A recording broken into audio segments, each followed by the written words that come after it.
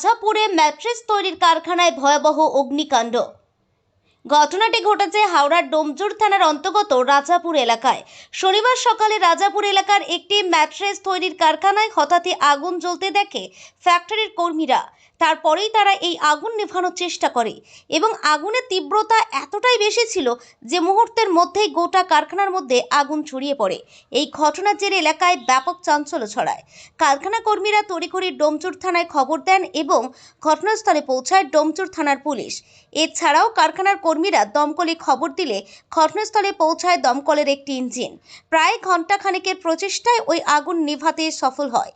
এই ঘটনায় ফ্যাক্টরির ব্যাপক ক্ষয়ক্ষতি হয়। তো টাইম আমরা দেখিনি, আমরা আগুন নেভাতে ব্যস্ত। বোঝা যাচ্ছে না, আমরা কিছু বুঝতে পারছি না। বললাম না, আমরা হঠাৎ ওইদিকে ছিলাম, হঠাৎ আগুন। ভালোই ছিল, ভালো রকম। তো বললাম না, টাইম দেখিনি, আমরা আগুন নেভাতে ব্যস্ত। আমরাও তো টাইম দেখিনি, আমরা আগুন নেভাতে ব্যস্ত ছিলাম। না, এটা কিসের ফ্যাক্টরি? এটা আমাদের এই গদি সিট। আমরা তো কি বলবো, এখন তো হাত পা কাঁপছে। তো বলতে পারবো না, এবার এগুলো টোটাল ডিটেলস জানি না। আমরা আসি এমনি কাজ করি, চলে যাই বাড়ি, অত ডিটেলস খবর রাখি না। না, এর ভেতরে কেউ কাজ করেনি, এটা এমনি পড়েছিল। কি কাজ হয়?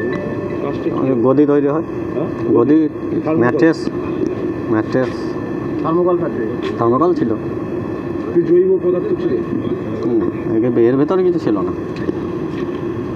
এর ভেতরে ছিল। আমার নাম সোমনাথ। কাজ